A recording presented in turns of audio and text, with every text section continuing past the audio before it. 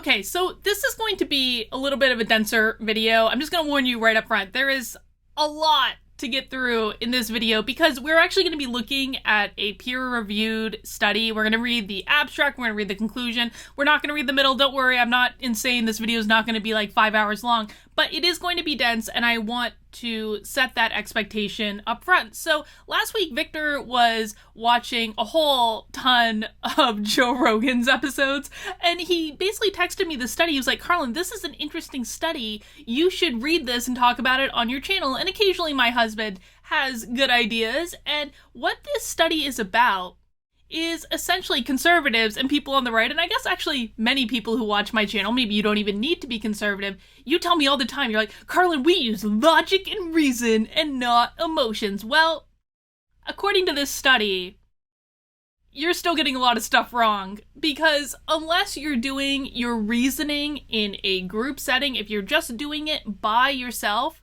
you're probably still using confirmation bias according to this study. This was in Behavioral and Brain Sciences in 2011. You can see all the information right there, and it's called Why Do Humans Reason? Arguments from an Argumentative Theory. And so I want to go over just a couple components of this study and talk about what I think it means in terms of how we're going about actually having positive discourse and debate with each other. Because, listen, folks, full disclosure, I spent my morning arguing on Parler over something like ridiculously stupid, like overtly stupid. And I was, at the same time as I was arguing on Parler, I was also trying to actually read this study and get a handle on it. And I was kind of going back and forth between the two because I needed to take a break from reading an academic journal every now and again to go do something fun. And it was ironic because in the argument that I was having on Parler, it was all about each side, and I'll include myself in this, choosing pieces of information that told the story we wanted to tell, not actually having a discussion, not trying to get to the truth of some raging lunatic wannabe SJW on Parler stealing my work blatantly, not actually getting to the truth of what happened, but also just, it was each side arguing. It was not about understanding what had actually happened. And this study kind of explains why. What this study says is that individuals, when they are looking at information and data and resources, they're still probably engaging in confirmation bias to interpret data and frankly solicit data based on what they want the outcome to be. And a way to mitigate that in an actual search for the truth is by doing your reasoning in a group setting, in which the group starts from a place of wanting to honestly get to the truth, and then has a discussion and brainstorm about all the different ways that you can get there and all the different information you have access to. You can do that in a group setting much more effectively than you can do in an individual setting. So we're going to read this study, and again, it's going to be a little bit much. I'm going to do my best to get us through it quickly. But folks, before we get into that, if you like my channel, I'm trying to grow it, please make sure you subscribe if you enjoy my content, turn on those notifications, give it a thumbs up, all that good stuff. All right, so let's dig into it. The first thing I want to read is the abstract of the study, because the abstract is going to essentially tell us what we're getting in for. It's going to be kind of a good overview, and then we're going to skip right down and we're going to go to the conclusion, and I'm going to explain why that is. So the abstract says, reasoning is generally seen as a means to improve knowledge and to make better decisions. However, much evidence shows that reasoning often leads to epistemic distortions and poor decisions. This suggests that the function of reasoning should be rethought. Our hypothesis is that the function of reasoning is argumentative. So what they're hypothesizing is that when we think we're reasoning, when we think we're being logical, what we're actually doing is to try to come up with arguments that bolster opinions we already have. It is to devise and evaluate arguments intended to persuade. See, I just said that. Reasoning, so conceived, is adaptive given the exceptional dependence of humans on communication and their vulnerability to misinformation. A wide range of evidence in psychology and reasoning and decision-making can be reinterpreted and better explained in the light of this hypothesis. Poor performance in standard reasoning tasks is explained by the lack of argumentative context. However, the same problems are placed in a proper argumentative setting. People turn out to be skilled arguers.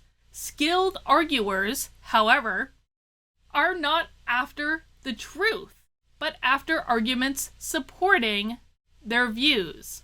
I'm going to say that again. That's an important point. Skilled arguers, however, are not after the truth, but after arguments supporting their views. And this explains the notorious confirmation bias. And this is what we see when we're having political discussions all day, every day. People are not generally in search of the truth.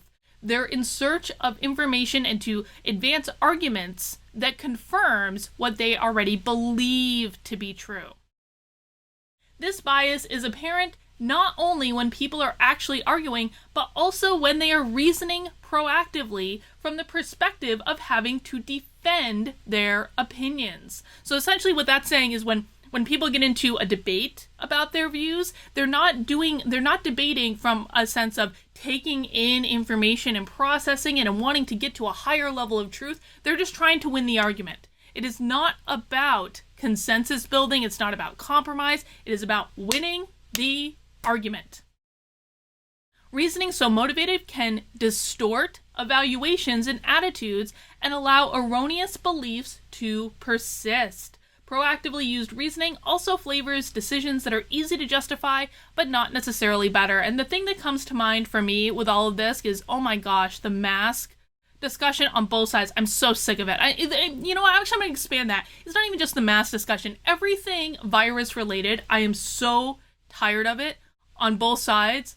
I just don't care anymore. It is blown out of proportion. Both sides have dug their heels in. There is no search for the truth. I don't believe anyone at this point. At this point for me, I'm like, just give me the virus already. I just want to have it and get it over with and go on with life, because I don't believe people on either side precisely because of what this study says. It is not about, on either side, on both sides, it is not about getting to the truth. It is not about getting to the thing that's going to be most helpful to the country and humanity with this pandemic. It is about arguing and winning the debate. That's all it is. And I'm done. All right, so that's basically our abstract here. Now, here's a trick for peer-reviewed studies. And I did this a lot in my graduate work because I had to read a lot of these things. Admittedly, I hate peer-reviewed studies, man. But a trick with peer-reviewed studies is you first read the abstract, which is going to usually give you a general good overview of what's in the study. And then the next thing you do is you go right past everything in the middle. You go right past it. Don't care. Keep going. Oh, and then we come to the conclusion. So you read the abstract first, and then you read the conclusion. And then if you're enticed by it, if you want to understand how it got there, if you are thinking about building on the research, if you want to learn about their methodology, then you go back, you read the literature review, you read their methodology, you read all of this stuff. Now, for the sake of time, we're just going to read the conclusion and talk about it because I think it's kind of interesting. And then, of course, you have the information for the study. So if the conclusion entices you, by all means, go back and read the rest of it and really kind of pick it apart and evaluate how they got there. But to me, based on what I've seen in this study, the conclusion makes sense. Reasoning contributes to the effectiveness and reliability of communication by enabling communicators to argue for their claim, by enabling addresses to assess their arguments. It thus increases both in quantity and epistemic quality, the information humans are able to share. We view the evolution of reasoning as linked to that of human communication. Reasoning, we have argued, enables communicators to produce arguments to convince addressees who would not accept what they say on trust. It enables addressees to evaluate the soundness of those arguments and to accept valuable information that they would be suspicious of otherwise. So that's their definition of reasoning right there. It allows communicators to produce arguments intended to convince people, and it allows people receiving those arguments to evaluate the soundness of those arguments. That is how they are defining reason. Let's keep going. Thus, thanks to reasoning, human communication is made more reliable and potent. From this hypothesis that the main function of reasoning is argumentative. Okay, so this is a distinction. So what a lot of people say is when you're using logic and reason, it's a search for the truth. This is what I hear from the right all the time. We use logic and reason, Carlin, and that's why we have the truth on our side. Well, maybe not, because the authors of this study say the purpose of reasoning is actually to be argumentative, is actually to advance what you want to be advanced. It is not necessarily a pure search for the truth. From this hypothesis, that the main function of reasoning is argumentative, we derived a number of predictions that we tried to show are confirmed by existing evidence. True, most of these predictions can be derived from other theories. We would argue, however, that the argumentative hypothesis provides more principled explanation of the empirical evidence, in this case of confirmation bias. So, what they're saying is that if it is true, if their hypothesis is true, that reasoning is an argumentative function, then that explains confirmation bias. Confirmation bias is essentially when you have an idea in your head and then you start to look for reasons to confirm that idea. You start to look for data and evidence and reasons to support your idea. Now, let's think of an example. Let's think of like a hot button topic. Maybe healthcare. Healthcare, I always get yelled at if I bring it up, so let's think about healthcare as our hot button topic, and we want to reason our way towards the best solution to providing the most wide access to healthcare at the most affordable cost for people all around the country. That's what we want to get to. Well, the liberal side is going to argue that, well, obviously, the best way to get there is universal healthcare, and the conservative side is going to argue the obvious best way to get there is to get government out of healthcare. And once you start at that point, what the liberal side or the leftist side is going to do is pick out all the arguments to support universal healthcare and ignore all the arguments for getting government out of healthcare. And the conservative side is going to do the same. They're going to pick out all the best arguments for getting the government out of healthcare and ignore the arguments for the value of universal healthcare. That's the way that confirmation bias works. Let's keep going. In our discussion of motivated reasoning and of reason-based choice, not only did we converge in our prediction with the existing theories, we also borrowed extensively from them. Even in those cases, however, we would argue that our approach has distinctive advantages of providing clear answers to the why questions. Why do humans have a confirmation bias? Why do they engage in motivated reasoning? Why do they base their decisions on the availability of justificatory factors? You know, when I was preparing to do my doctoral dissertation, I had to do this whole series of workshops to prepare you to do the research and all this stuff. And I will never forget the advice of my mentor in one of those workshops. He was like this salty old dude that wore an eye patch, and we later figured out that he was literally only wearing the eye patch to be intimidating. He actually didn't need the eye patch, which I just thought was hilarious. But he was a salty old dude, and he looked at me and said, "Carlin, if you want to study something, if you want to make a certain argument, all you need to do is justify it.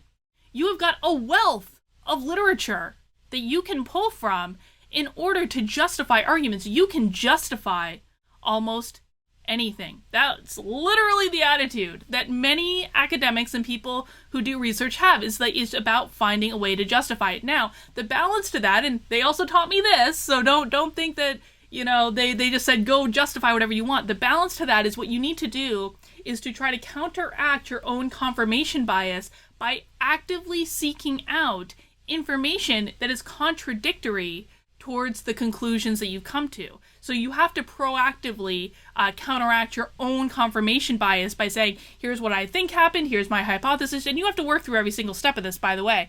You have to say, here's my hypothesis, here's what I think is going to happen, here's what I believe it's going to show, and all this stuff. And then you're supposed to go and proactively find data to try to disprove it. Librarians are very helpful resources in this regard. They can, again, you can find data based on anything. You can find data no matter what you want to argue on either side of the equation, and it's simply about which pieces of data you are trying to put into your arguments.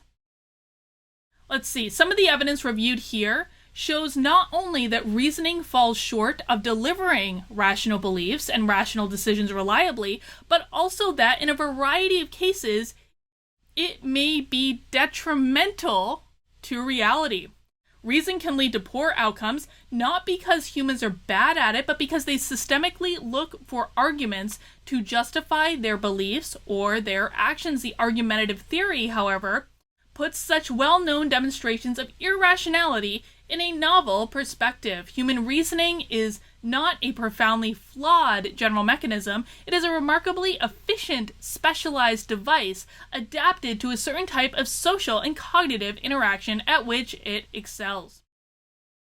Even from a strictly epistemic perspective, the argumentative theory of reasoning does not paint a wholly disheartening picture.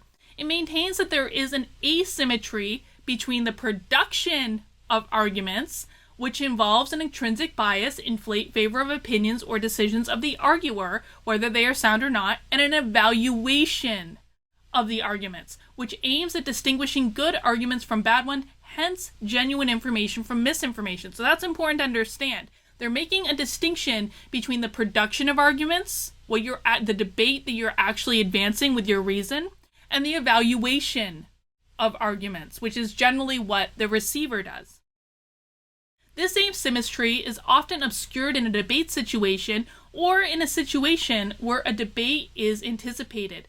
People who have an opinion to be deferred don't really evaluate their arguments of their interlocutors in a search for genuine information, but rather consider them from the start as counter-arguments to be rebutted.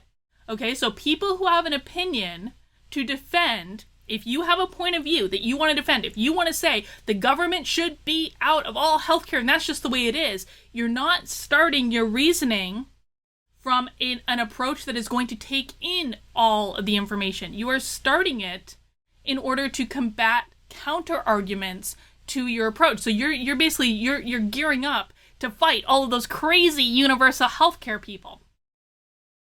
Still, as shown by evidence reviewed in Section 2, people are good at assessing arguments and are quite able to do so in an unbiased way, provided they have no particular axe to grind. So, if you're in the middle on the healthcare discussion and you don't care either way, you just want something to be figured out, and you're like, I don't care. I just want these people to work together. Why can't they just work together? If you don't have an axe to grind on either way, you're going to be much better equipped to reason through these arguments in a genuine search for the truth. And what they find is that tends to happen better in groups than it does in individuals. Let's keep going. In group reasoning experiments where participants shared an interest in discovering the right answer, it has been shown that the truth wins. While participants in collective experimental tasks typically produce arguments in favor of a variety of hypotheses, even or most of all of which are false, they concur in recognizing sound arguments. Since these tasks have a demonstrably valid solution, truth does indeed win. If we generalize to problems that do not have a provable solution, we should at least expect good arguments to win, even if this is not always sufficient for the truth to win. This may sound trivial, but it is not. It demonstrates that contrary to common bleak assessments of human reasoning abilities, people are quite capable of reasoning in an unbiased manner, at least when they are evaluating arguments rather than producing them, and when they are after the truth rather than trying to win a debate. All right, so I'm going to just make the distinction again. When you are producing an argument, you are looking for ways to argue in favor of that position. But when you are evaluating an argument, you are in a little bit more of an objective stance. You are actually able to use reason to get to the truth. And this is particularly effective if you don't actually have a side, if you just don't care, if you are detached from the debate. So maybe one of the lessons here is that if you really want to use reason to get to the truth, if you want a genuine search for the truth, you have got to get yourself into a place of emotional detachment with these arguments. Not only do you have to try to counterbalance your own confirmation bias, which we've already talked about, right? How you do that, but you actually have to be detached from the final outcome. If it goes against where you think it's going to go, or frankly, where you might like it to go, you have to be okay with that. So if you are one of those people, and I'm going to keep coming back to healthcare, if you are one of those people that's like, I want government out of healthcare, well, you're going to be in a better position to get towards a genuine solution that can work for everyone, a genuine search for truth, if you can detach from your proclivity to want the government out of healthcare. If you can say, you know what, there might be instances where government being involved in healthcare could actually be a good thing. Maybe even it could actually help me. It could actually create a better outcome. If you can allow yourself to consider that there could be right ideas on both sides, you are going to be able to better use reason as a genuine search for the truth, rather than as a tool to win the debate, to win the fight. This is something I talk about quite a bit when it comes to bridging the divide, bridging the political tribes that have formed, is we have got to stop trying to convince each other of our side. When you're trying to convince someone, you shut down your brain to being open to receiving information that may be contradictory to what you want, because a compromise at that point, if people on either side of the debate are literally not able to receive information that goes against where they want it to go, a compromise at that point becomes impossible. You have got to get yourself to a place where you can have emotional detachment from these issues. This is why sometimes I think when people so strongly adhere to these political philosophies, whether it be conservatism or libertarianism or socialism or anarchism or any of these things, I feel like people who strongly adhere to them, they just shoot themselves in the foot, because I think a political philosophy, just fundamental, that you adhere to the death almost, it prevents you from seeing the merits of people who disagree with you. And there could be ways to find compromises, to come together, to at least make a little bit of progress. Maybe you only make progress towards 20% of your goal, but you give the other side a win and you're all getting along a lot better. That sets you up for a better long-term solution than just digging in our heels and say, I'm not doing it this way, you're doing it. It's like, it doesn't work. All right, let's keep going. I've pontificated enough. Could it, the same type of situation that favors sound evaluation, favor comparable soundness in the production of arguments? Note first that situations where a shared interest in the truth leads participants to a group tasked to evaluate arguments correctly are not enough to make them produce correct arguments. So again, evaluation of arguments and production of arguments is different. In these group tasks, individual participants come up with and propose to the group some appropriate answers that they come up with in individual testing. The group success is due to, first and foremost, the filtering of a variety of solutions achieved through evaluation.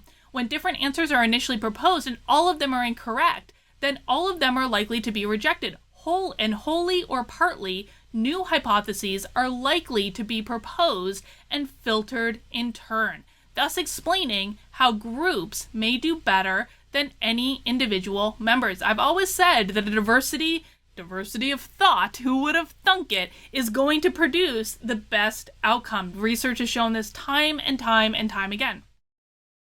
Individuals thinking on their own without benefiting from the input of others can also assess only their own hypotheses, but in doing so, they are both judge and party, or rather judge and advocate, and that is not an optimal stance for pursuing the truth, for all the reasons that we've already discussed. And then it gives a Sherlock Holmes example, which I'm not going to go into, but this is essentially what they make the argument of is the pursuit of the truth, the using reasoning as a genuine pursuit of the truth rather than as the creation of an argument. It is an acquired skill. That's what they say here. This is an acquired skill and involves exercising some imperfect control over a natural disposition that spontaneously pulls in different directions.